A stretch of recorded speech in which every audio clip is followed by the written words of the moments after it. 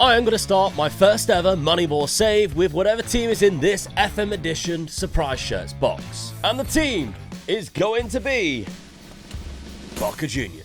Now, I'm taking huge inspiration from my pal Stinger, who has been smashing it with the Moneyball saves recently on his channel, and he's given me a little advice. Moneyball is where we focus more on the data when signing and selling players, relying on the data to show us top performers instead of judging players just solely on their attributes. It's a method of the game that I've always struggled to understand until I basically binge watch all of Stinger's content, but I'm using the skin that you'll see in my description, which has all of that analysis and data option if you wish to do the same. So thanks to Surprise Shirts, we are going to use Moneyball to take Boca Juniors over, and we're going to try and win the Copa Libertadores, which is the South American version of the Champions League. A trophy that Boca have won 6 times in the past, but it's been nearly 20 years since they last lifted the trophy in 2007. So we know the club they're managing, and we now know the challenge, and we know the method using Moneyball. Let's have a look at this current squad. Boca's best player is Edison Cavani, a veteran striker who will be great for the first couple of seasons, but at age 36, the task will be to look for a long-term replacement. They also have Paredes, who was again at PSG and in around Europe, as an elite midfielder for this Argentinian league. A third former PSG player and another Manchester United is Ander Herrera, but again, age 34 means we won't have him for long. A third former Manchester United player is Sergio Romero, who is, I consider, the best backup goalkeeper ever, but again, he's 36 and with just a year left on his deal. There's a fourth former United player too in Boca's club, and it's Marcos Rojo, but I think that's it. The rest of the side is full of talented players. However, there are a lot of injuries in this team, and there's plenty of players who have the ability to be top players for us this season once they return. Now, tactically, we've set up in sort of a 4-3-3, but with 2 strikers. Really, the reason for it is the amount of injuries we've got are on a lot of the wingers that we have. So Janssen is one of like the only good fit wingers we have left, so he can go out on the left-hand side. But we've also got 2 decent strikers, so Cavani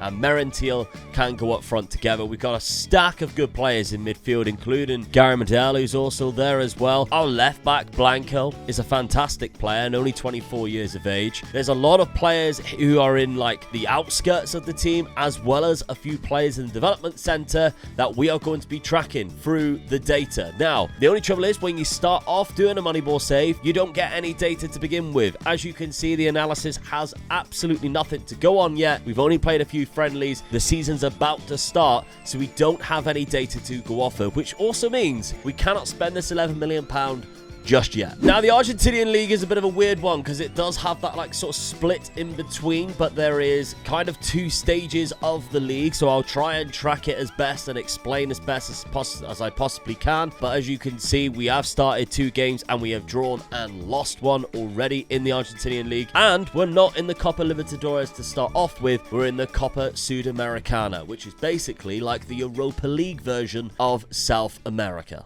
As the next month passed, there was more bad results, and we started poorly, but eventually we did find our feet. And one thing that really helped us was the form of Edison Cavani. He needed a couple of penalties to get himself going, but once the confidence was there, we began supplying him better as well and playing to his strengths. And this was shown in the data: 1.19 goals per 90 minutes, as he scored 8 in 7, but a non-penalty XG, which is very high, and he's winning possession back a lot for us. We are struggling to keep up with the top of the league, however, and we're on the same points as the current holders and our biggest rivals, River Plate. One thing I noticed was the lack of defenders, again because of injuries, and relying on just the 2 we had was not a good look. So I searched for and I found a good squad option in Valentin Gomez, and he is listed for just 1k from Real Betis. No idea why, but his data in the very little that he has played is impressive. He never loses the ball, wins his duels, and progresses the ball nicely. Not sure why, but he has a 1k minimum fee release clause, but they aren't using him anyway, so I'll snap that right up.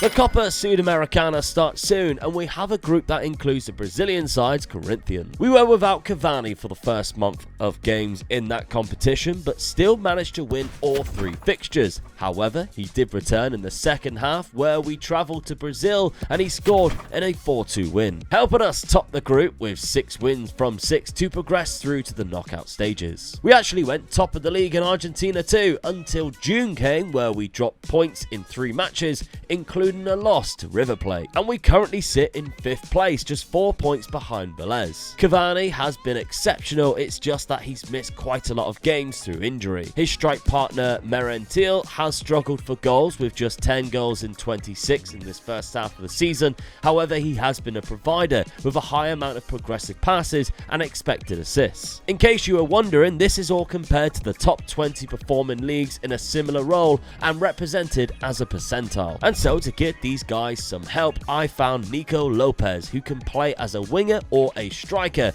and has been playing from the wing this season. Compared to strikers, his numbers are good with high dribbles per 90, expected assists and progressive passes. Plus, he's so good at pressing, but as an attacking midfielder, he is one of the highest percentile players in expected assists and goals. It's the defensive midfield that I'm not very happy with. Gary Medel has awful data right now, constantly losing possession and very rarely wins it back. Now to find his replacement, there's a couple of players that I found and it's kind of a decision between the two. We've got Maximiliano Gonzalez here, and if we're looking at an overall, it doesn't look too bad in defensive midfielders. Again, much better. Pressures attempted, tackles won is good, passes completed and progressive passes are also really decent. Not to mention, not a bad non-penalty expected goals as well for a defensive midfielder, so he is definitely an option. However, I've also found this man, Nicolas Garialde, who is currently at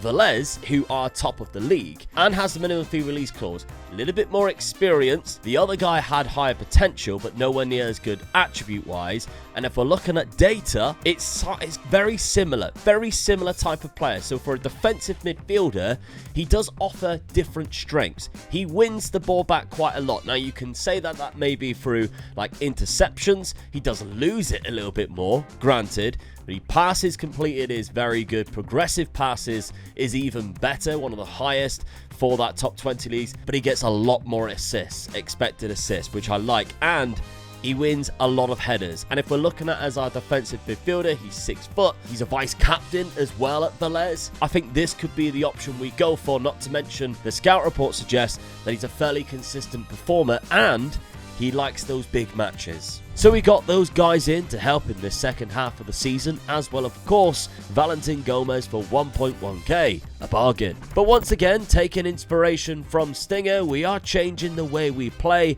and we're going more direct. We've got players coming back from injury. We can play 2 Segundo Volantes to support those strikers, and I think it's a good time to experiment being much more direct with our approach and using Cavani to his biggest strength as a target forward. And this change worked instantly as we were catching teams out on the counter-attack with smart passes and clinical finishes. The bad news for us is at the end of the season we are losing goalkeeper Sergio Romero on a free transfer after he chooses to move to Spain. Got a while with him yet, however the first half of the season ends with Velez as champions and us in 4th place in the league. And now we go into some weird group stage format for the second half of the season. This is where, however, we really started to enjoy the new direct approach, winning the ball and countering so fast before our opponents could even react. And in a month where Cavani was out injured again, a returning Milton Jimenez came back from his own injury and took over with goals as a target forward.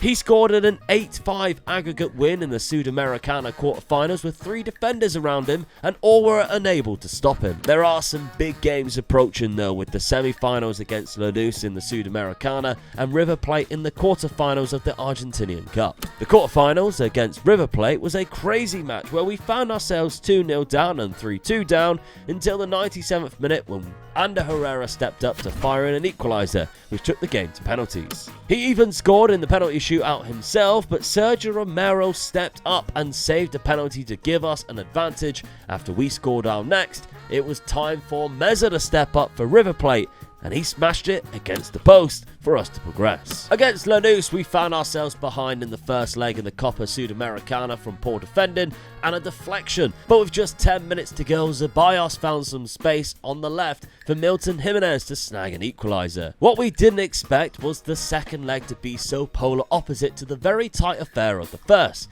We soaked up their 60% possession and hit them on the counter-attack to win the game 5-0, which means we now go through to the Copa Sudamericana final to play Delfin, a side that resides from Ecuador and have done really well to get this far too. They are on top form and play a 4-3-3, but we are also playing really well and have our big hitters like Cavani back in the lineup. And we were all a little bit concerned when he stepped up in the final and missed the penalty. However, we should never have doubted the man because he provided when we needed him most for the rest of the game, and he still won the man of the match despite missing a penalty by scoring 2 goals and arguably deserved an assist for the other. A fantastic performance, and it's a trophy for Boca. Of course, it's not the one we want right now, but it's certainly a welcome trophy nonetheless, and a good step towards the bigger one next season maybe? The final of the Argentinian Cup got away from us thanks to discipline when we lost 2 players due to second yellow cards. And we did however make it to the final of the League Cup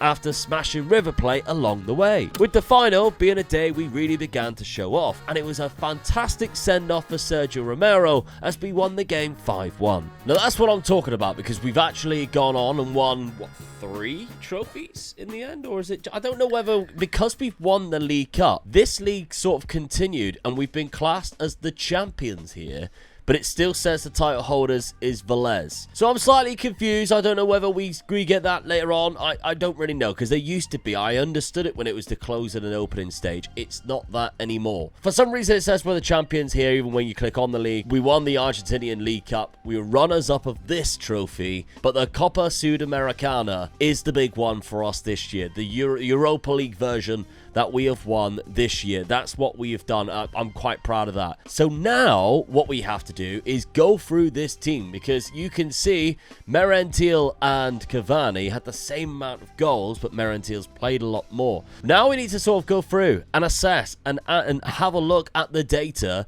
to decide where our weaknesses are, because we've got to go into the next season preparing for the Copa Libertadores. If we can do it in 2 seasons, amazing, but our recruitment has got to be really good, and it's all got to be down to the data that we have. And by the way, looking at that looks absolutely exceptional. With Sergio leaving the club, we need to find another form of saving, and that's where Surprise Shirts comes back.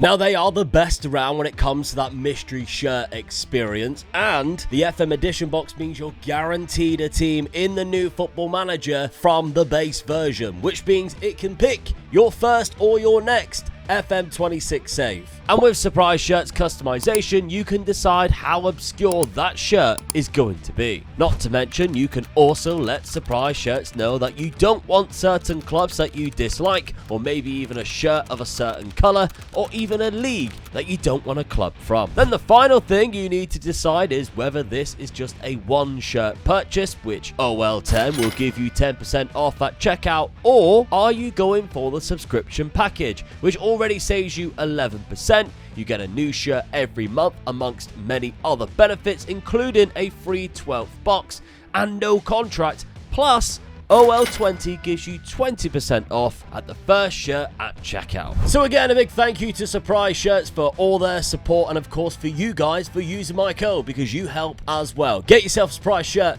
and pick your first FM26 save with OL10 or OL20 at checkout. Back to this Boca side then, and looking at Alan Velasco, since he's come back from injury, he has been shocking, and certainly is somebody that we need to upgrade. Someone who deserves more starts is the right back Blondell. He made a lot of appearances off the bench and excelled when he played according to the data. In terms of the goalkeeper replacement, I think we found the man, as Ledesma has been excelling as a keeper in this league. We aren't currently using a right midfielder, but that might have to change when looking at Ulysses Sanchez, who quite frankly has been an amazing attacking midfielder, and it's kind of given me an idea. Before I reveal that, defenders, and Nunez here has been great in all aspects of defending, especially winning his duels in the air and on the ground. Not to mention his progressive passes for a centre-back are insane. But we also have a diamond of a centre-back in our reserves who needs a chance. Marco Pellegrino might not be winning headers, but he seems on par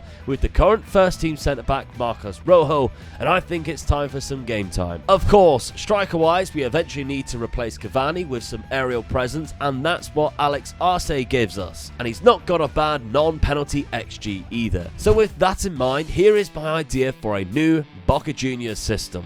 We're still going ultra direct, but we're using a 4-4-2 and using Sanchez on the right. Arce up front, most likely with Cavani when he's fit, and using the two new centre-backs too, with Blondell of course on the right, but Ledesma is in goal. In terms of transfers, we made about 3.5 million back in player sales, as the new players coming in amounted to just under 20 million, which leaves us with about half of our original budget of £30 million left. First game of the season was a disaster though, as Cavani come off injured again after just 2 minutes, and we lost the game 3-2. And after our first 2 games without a win, the injuries were really stacking up already. It wasn't really until March where our form finally improved and we began stringing some wins together, but the new system was more of a get ball to the wings and cross it rather than straight down the middle direct like it was last season. Unlike last season, we had bad results against Brazilian teams in the group stage of the continental competition,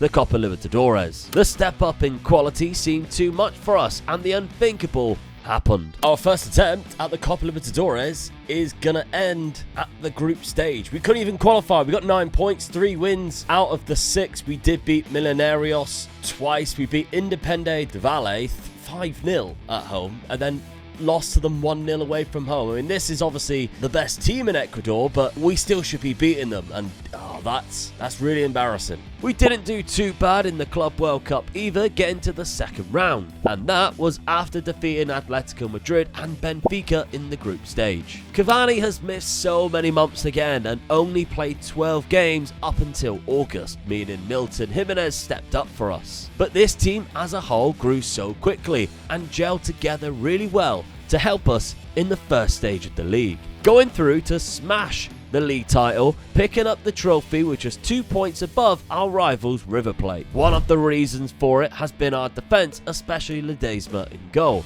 He kept 12 clean sheets in 27 league games and overall was a demon in the sticks. Another outstanding performer was Sanchez on the right wing, whose data chart outside of the assist doesn't look amazing, but when he's getting 14 assists in just 26 games for a right winger, that is all you can ask for. However, MVP so far this season is Santiago Nunez, who, remember, is our new centre-back. He has better stats than some of the strikers in the league. When you compare him to other centre-backs, he shines because he scored 12 goals and just wins so many duels in the air. The second half of the season seen us lose in the penalty shootout against River in the Argentinian Cup quarters. But we still played well and Cavani was back, and when he played, he scored. We just crept through the League Cup Group A by a point, where we then smashed past Newell's Old Boys 5-1 in the quarter-finals and just got through the semi-finals in the penalty shootout when Atletico Tucumán missed their last 2 penalties. Meaning the final game of the season goes down to the wire with River Plate, our rivals,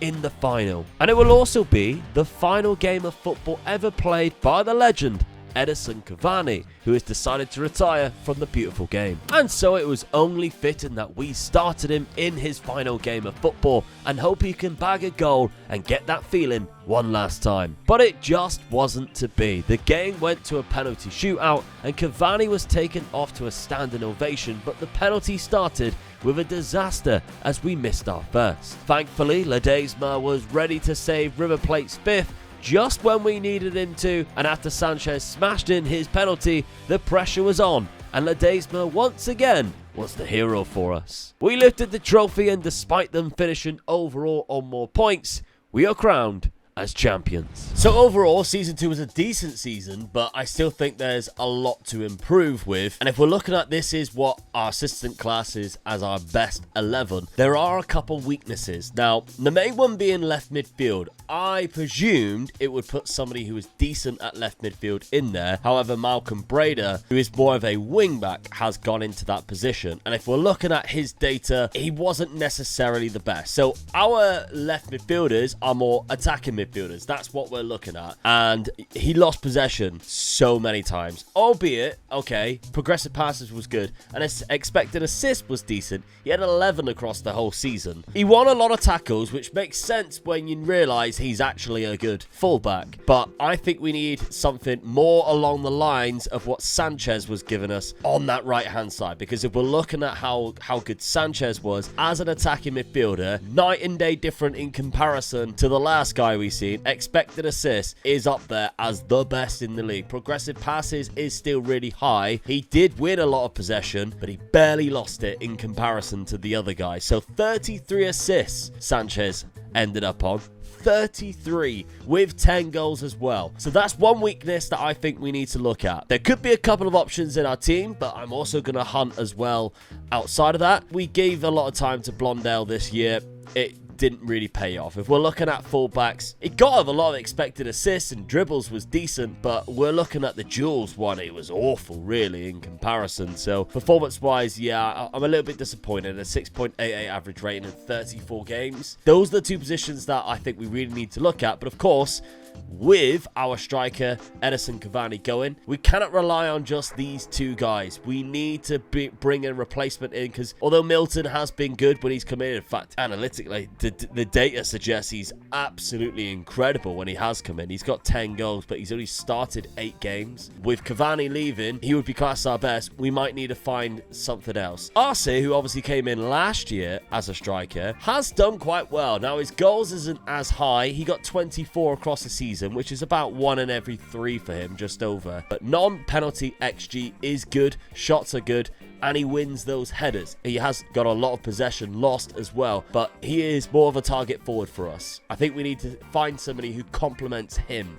up there. The first striker we considered was Betarame, an Argentinian striker playing in Mexico who, as a creator and a pressing forward, is amazing. However, I think we need to find someone who scores goals, and I think I found him at Zenit.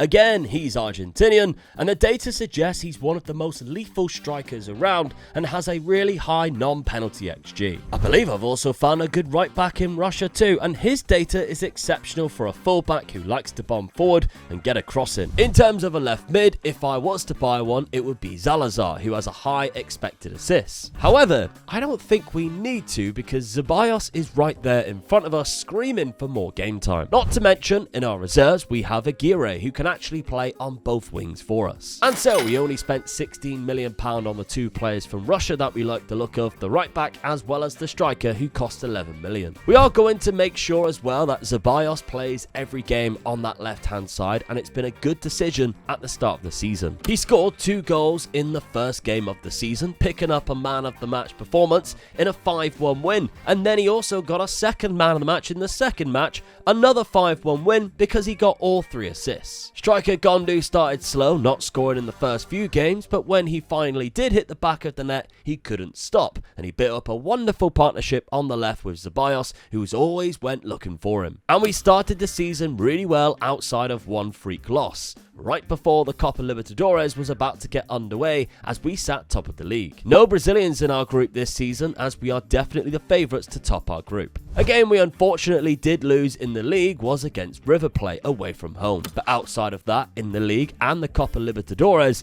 things were going really well. We are sitting top of the league but joint on points, and we also have already qualified with a game to go from the Copa Libertadores group as group winners. In the remaining league games, we dropped just 2 more points against Racing Club after taking the league and not being able to finish them off with 12 shots on target, and they equalised with a corker. And that goal actually cost us the league title, as Rosario Central snatched the trophy from us. but at least Alex Arce and Gondu were up there in goals, and Ceballos was flying with 16 assists. Most importantly though, we kept progressing through the Copa Libertadores with the second round win over Paraguayan side Cerro Porteño. And Luciano Gondu has been stellar. The data speaks for itself, as he's picked up 26 goals in 35 games so far this season. Justin Ceballos has been the best thing we did too. He has stepped up and locked in that left midfielder with 22 assists. Right back Caceres has been decent as well. He got 5 goals and 6 assists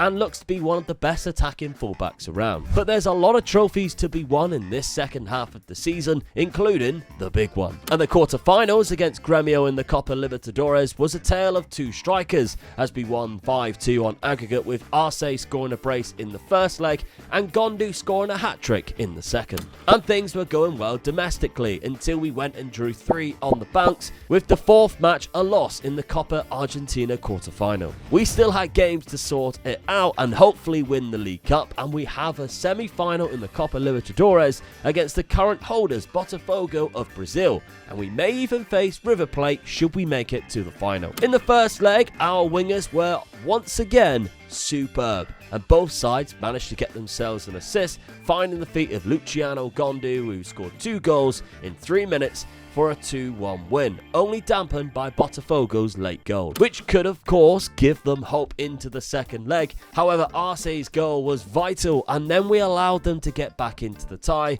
when they equalised on the night. Arce scored a second in the second half, and that's when the floodgates opened and we continued to score goals and be rampant and clinical, finishing them off in style 8-2 on aggregate to go through to the Copa Libertadores final, where of course we will play River Plate. During the next few fixtures, we won every League Cup fixture too and took back the top spot. We suffered 1 more loss, but 3 more wins meant we still finished top of the group. And before we played the semi-final against Rosario Central of that competition, we have to play the Copa Libertadores final against River Plate. However, there is a big problem. We actually don't have any fit good defensive midfielders. We've got Belmont, who's out suspended. I mean, Thomas Belmont has been absolutely incredible for us. He's played 54 times, and if we're looking at defensive midfielders, he's been exceptional. Tackles won, goals and unexpected goals, dribbles, progressive passes, all been phenomenal. He's suspended for the final,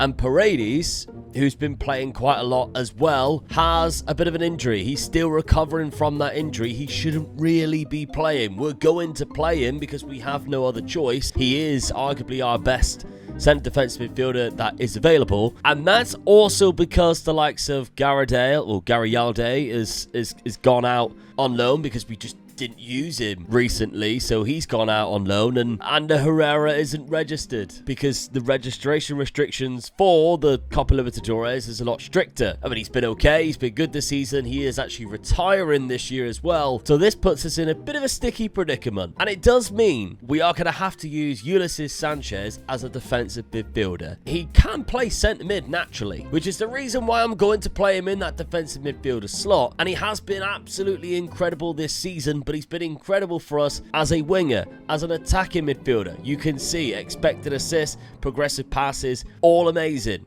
Wins a lot of the ball as well, which is the reason why as well I'm going to put him in that defensive midfield slot. We have no other choice. So we just got to hope that our makeshift unfit midfield can hold on against one of the best teams in the continent in the final of the biggest fixture of the year in South America. And to our surprise, it only took 8 minutes on the clock before a corner was headed out, and right back replacement Blondell fired in a deflected shot to give us the lead. Another corner, and Nunez is making it too. And somehow, with 20 minutes on the clock, another set piece headed out, and Paredes gets hold of it and unleashes a rocket into the River Plate top corner for 3. We were simply relentless in our high pressing, and it created many more chances, which then led to more set piece opportunities, and Nunez is at that near post, and it's too powerful. It's 4-0 before half time. We were so good, in fact, that at half time I decided to take Paredes off to replace him with a left back in Sirachi, who has good defensive midfielder attributes. Second half, and in the rain, River Plate finally got on the ball and mounted a great attack to score when Ledesma went wandering off. Gondu and Arce was quiet for a lot of the game, but almost bagged a goal right at the death. But it didn't matter, it wasn't needed, and the winners of the Copa Libertadores by 4 goals to 1 is Boca Juniors. And with a team built around the Moneyball method and focusing on the data, transformed the team, which was full of veteran big names with the likes of Cavani, Marcus Rojo, into a club full of data-backed hidden gems. But it wasn't over yet. Actually, it is, because Rosario Central knocked us out of the semi-final of the League Cup on penalties. Well, it wasn't quite the happiest of endings, but we did get that trophy won. The Copa Libertadores is in the hands of Boca Juniors once again, roughly about 20 years after they previously won it. Now on screen right now is where my dad took over West Ham and he did a youth to go with them. So if you're interested in a youth to go before FM26 comes out, then click on the screen right now. But remember, my code to buy the game is at the top of the description, as well as surprise shirts. Big thank you to them for sponsoring the video.